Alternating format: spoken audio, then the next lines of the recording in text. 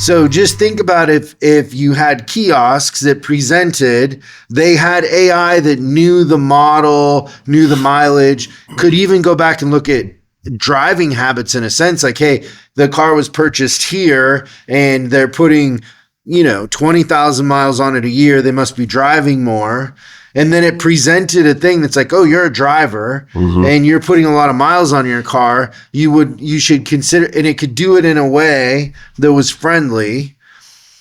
But, you struggle to get an advisor to check history sometimes. This thing's not only going to check history, it's going to do an analysis on behaviors and habits and, oh, they live in this zip code, so they probably are of this income level, so I'll present it this way versus, I'm going to put a coupon on this one because of their name. I mean, there's so many ways that you can leverage that and lower your expenses in a way. You could raise your margins and lower your expenses. Yeah.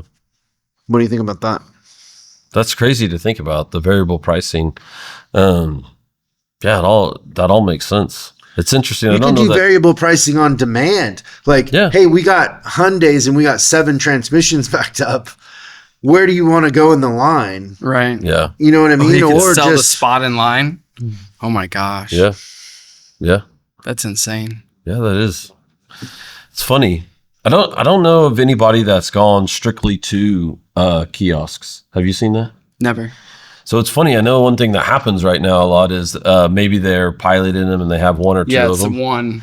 And what ends up happening, I'm finding out in these stores is the advisors will find out, if there's if it's an appointment or non-appointment, and say, okay, what are you in for? And the customer will be like, oh, just an oil change. And be like, oh, okay, you can check in at that kiosk right down there. It's the equivalent of giving it to the new guy. Yes. Oh, that's funny. The kiosk is the new guy now. I mean, we're historically terrible at those sort of things. There's a better way to do that, in the sense that you're not eliminating an advisor, you're eliminating how many customers an advisor can touch. Yeah. So the advisor still walks them up and says, hey, put your stuff in here, do the thing. They look at the paperwork, but they can do 3 customers at a time in a kiosk. Yeah. And I think that makes a lot of sense. And that kind of reminds me of some of the better airlines when you go to the check baggage. So there's the kiosk there, and there's one lady. If you need an oil change, you can go to a kiosk. Yeah, and that exactly happens. Even when they tell the customer they can go to the kiosk, the advisors are like, we have to help them with it anyway, right? Thanks so much for watching this clip of Service Driving Revolution. We're uploading new stuff every day, so make sure you subscribe and click the bell icon so you don't miss out. If you have a question you'd like us to answer on the show, call 8333-ASK-SDR and we'll answer your question on the show. That's 8333-ASK-SDR.